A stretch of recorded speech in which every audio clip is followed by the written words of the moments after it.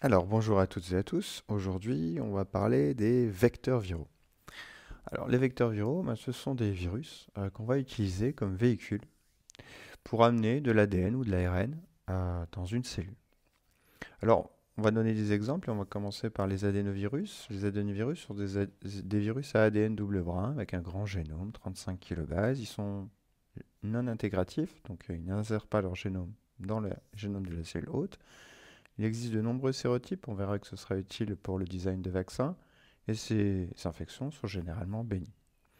Alors, ces adénovirus ont été modifiés pour utiliser leurs propriétés et en faire des vaccins. Et je vais donner un exemple ici avec le vaccin AstraZeneca contre le Covid-19. Donc, on part d'un adénovirus wild type, ici un adénovirus de chimpanzé. On utilise un adénovirus de chimpanzé car l'homme n'a pas d'anticorps contre ce virus. Et AstraZeneca va le transformer en adénovirus de première génération, vecteur de première génération, c'est-à-dire qu'il va enlever les gènes E1 et E3 pour en faire un virus non réplicatif et aussi un virus plus immunogène, ce qui est intéressant dans une application vaccinale. Après avoir enlevé E1 et E3, on va insérer un gène avec un promoteur, un gène qui code pour la spike du SARS-CoV-2, donc protéine d'enveloppe du virus contre lequel on veut générer une réponse immune. Donc voilà, je dessine les deux zones E1 et E3 enlevées et la spike. Donc ce virus est produit dans des grands bioréacteurs. On va en faire des milliards de particules virales et ce sont ces particules virales, ces vecteurs non réplicatifs qui vont être injectés de manière intramusculaire chez l'homme, chez la personne que l'on va vacciner. Alors ces particules virales vont infecter euh, différents types de cellules, notamment des cellules musculaires, des myocytes. Le virus va rentrer dans la cellule par endocytose, puis va se docker au niveau du port nucléaire et le génome de cette particule virale va pénétrer dans le noyau de la cellule. Ce génome va être exécuté et en fait le seul gène qui sera transcrit sera le gène qui code pour la protéine de spike. Donc de l'ARN messager va être produit, passé dans le cytoplasme, être pris en charge par les ribosomes et produire ce trimère de la protéine de spike. Cette protéine de spike va être en partie relarguée dans le milieu extracellulaire parce qu'il y a une certaine cytotoxicité. D'autres protéines vont être prises en charge par le protéasome et présentées par le MHC de classe 1 de ces cellules, donc les exposer à une réponse immune. Cette cellule a l'air d'être infectée par SARS-CoV-2, mais ne l'est pas. Elle ne produit que la protéine de spike. Cette protéine de spike, dans le milieu extracellulaire, va être drainée dans les ganglions et finir par rencontrer des lymphocytes B. Et certains lymphocytes B auront un B-cell receptor spécifique pour cette protéine de spike. D'accord. Ce lymphocyte B, qu'est-ce qu'il va faire? Il va internaliser le BCR avec la spike, présenter ses peptides sur son MHC de classe 2. Dans le même temps, la protéine de spike va être prise en charge par des cellules dendritiques, toujours dans les structures lymphoïdes drainantes. Cette cellule dendritique va processer cette protéine de spike, présentée d'abord en MHC classe 2, pour trouver un lymphocyte TCD4 qui aura un TCR qui sera spécifique de ce peptide, c'est ce que je dessine ici.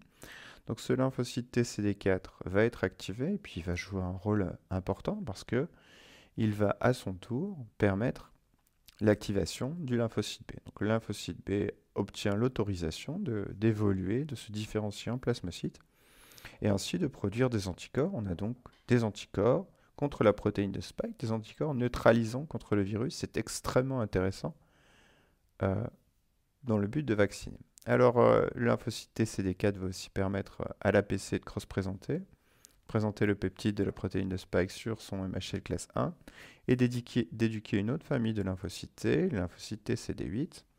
Et puis, vous avez ainsi une production de CTL, de cellules T cytotoxiques qui vont participer à la lutte contre le virus si d'aventure le patient était infecté par le virus wild type.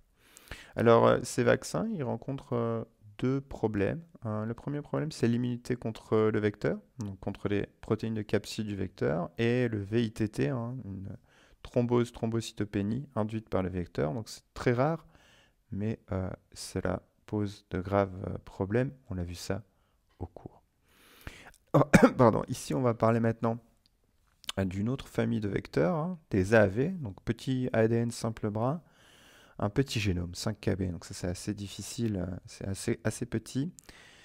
Épisomal, mais aussi parfois intégratif, on va voir que c'est une propriété intéressante. De nombreux sérotypes, là aussi grâce à ces différents sérotypes, on va pouvoir cibler différents types de tissus. Ces infections sont asymptomatiques chez l'homme. Alors, on va utiliser ces AAV pour faire de la thérapie génique. Et ici, je vais vous parler d'une thérapie contre l'hémophilie A, qui est une maladie génétique due à une déficience dans un gène, le gène qui code pour le facteur 8. Alors, le point de départ, c'est encore une fois un vecteur, hein, un vecteur AAV. Donc, on prend l'AAV de base et on enlève tous les gènes viraux, on garde juste les extrémités du virus et on remplace le cœur du virus par un gène qui code pour le facteur 8, donc la bonne version de ce gène. On va produire des milliards de particules virales qui contiendront ce génome. Alors bien sûr, ce virus ne sait pas se répliquer. Là encore, c'est un vecteur non réplicatif. Et on va injecter ces particules virales en intraveineuse. Une partie de ces particules vont atteindre le foie et transduire, donc infecter, des hépatocytes. Le génome du virus va se retrouver encore une fois dans le noyau. Et là, il y a deux types de destinées à ce virus. Soit le virus forme un épisome. Ça ne nous intéresse pas trop dans ce type d'application parce qu'il ne va pas pouvoir se maintenir. Mais une certaine proportion de ces virus vont s'insérer de manière aléatoire dans le génome. Donc c'est positif et négatif. Positif parce que cela permet une modification sur le long terme. Cette thérapie génique va pouvoir fonctionner pendant des années. Négatif parce qu'il y a toujours un risque de mutagénèse insertionnelle.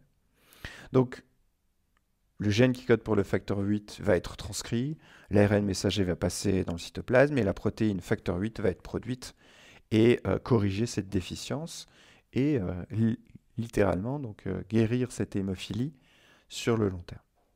Donc, quand je dis sur le long terme, c'est on a un recul de plusieurs années chez quelques patients aujourd'hui. Alors le problème encore de ces thérapies, c'est le coût, on l'a vu au cours. Et puis un autre problème potentiel, hein, c'est du fait de l'insertion aléatoire du vecteur, eh bien, on pourrait avoir une transformation de certaines cellules après quelques années ou quelques décennies. Donc on n'a pas encore un recul suffisant. Alors, dernière partie de ce cours, on va parler des rétrovirus.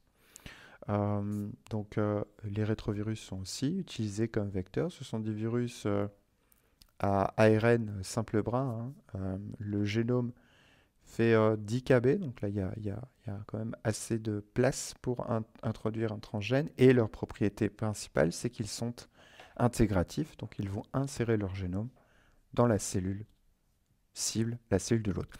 On va prendre un exemple ici de thérapie anti-cancer, contre un type de leucémie particulière, un type de leucémie à lymphocyte B.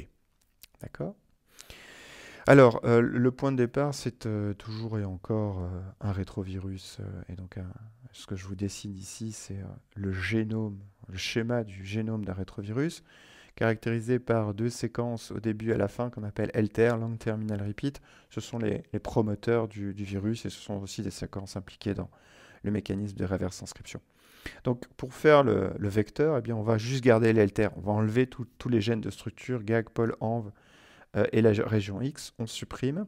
Et on va aussi modifier les LTR. Modifier les LTR pour qu'une fois que le virus est inséré, ces LTR ne puissent plus jouer le rôle de promoteur et ainsi réduire le risque de potentielle transformation de la cellule transduite.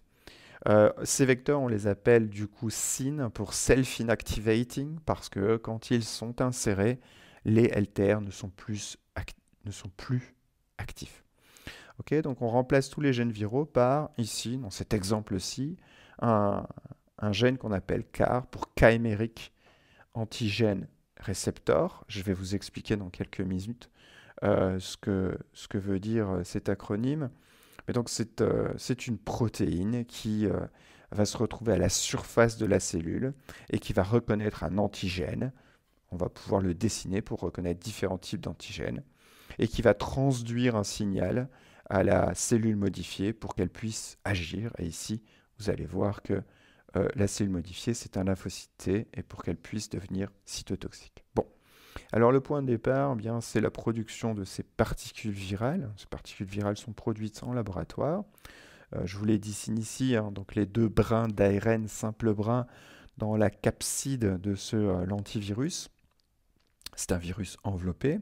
Alors ces virions sont produits en laboratoire et vont servir à modifier des cellules du patient, des lymphocytes T du patient que l'on va prélever chez le patient. Donc, c'est-à-dire que on ne va pas injecter les particules virales directement au patient, non, on va reprendre des lymphocytes T du patient, les cultiver et les infecter ex vivo, d'accord, en dehors du corps du patient, par le vecteur. D'accord? Donc ça se fait euh, au laboratoire. On modifie ces lymphocytes T, donc le vecteur va rentrer dans ces lymphocytes T.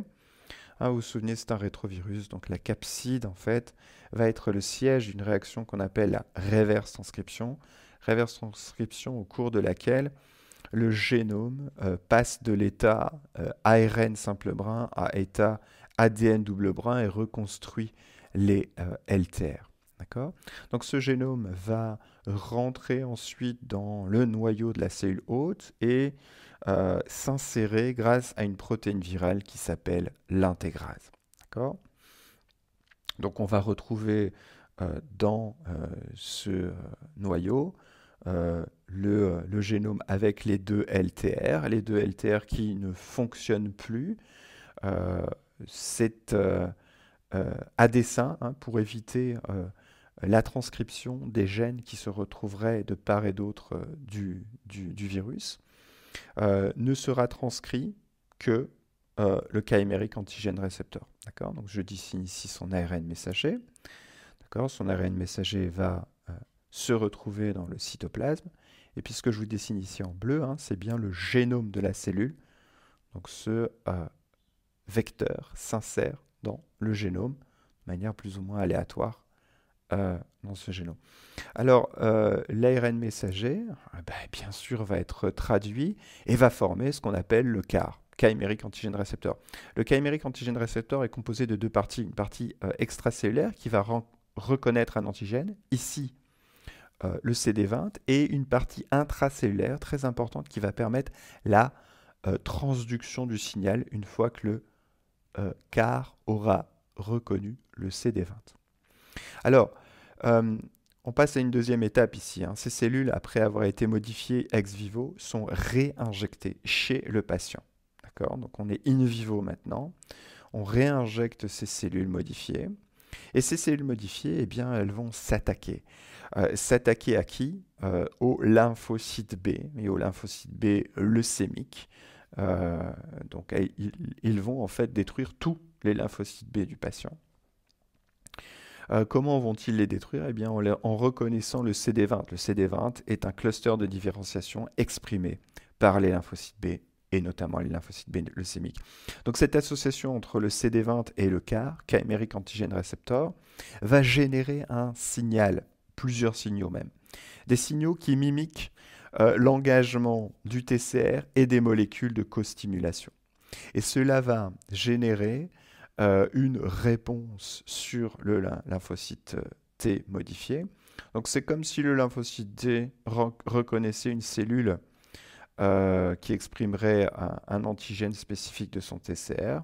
Et ce lymphocyte T va alors tuer le lymphocyte B en face en produisant des granzymes et des perforines, hein, vous vous souvenez, ce sont ces molécules qui vont permettre de pénétrer le cytoplasme du lymphocyte B et le conduire à l'apoptose. Donc le lymphocyte T modifié va induire l'apoptose des cellules leucémiques. D'accord? Alors, donc ces traitements ce sont des traitements très intéressants, très importants. Et ils ont quand même certains problèmes, hein. Le coût d'abord, vous imaginez. dû à la logistique de cette thérapie. Et puis, il y a un certain risque, hein. Dans certains cas, on a un syndrome qui s'appelle cytokine release syndrome. En fait, c'est une réaction euh, incontrôlée du système immunitaire de l'hôte qui peut avoir des graves effets secondaires. Alors, dernière partie, hein, on a vu des exemples avec des adénovirus, des AAV et des rétrovirus, mais il existe d'autres familles de virus qui sont utilisées en tant que vecteurs. Je pense aux herpès et aux pox, et il y en a bien d'autres. Donc la liste ne fait que grandir. Il y a d'autres applications aussi, et on l'a vu au cours, hein, on a vu des exemples d'applications en tant que virus oncolytique. Donc on va modifier des virus pour qu'ils se répliquent dans des cellules tumorales et qu'ils puissent à la fois tuer les cellules tumorales et éduquer ou réveiller le système immunitaire pour que celui-ci finisse le travail et détruise des cellules transformées. Et puis aussi des applications pour traiter des maladies auto-immunes. Là aussi, on a vu des exemples, encore une fois, avec des cellules modifiées avec des CAR.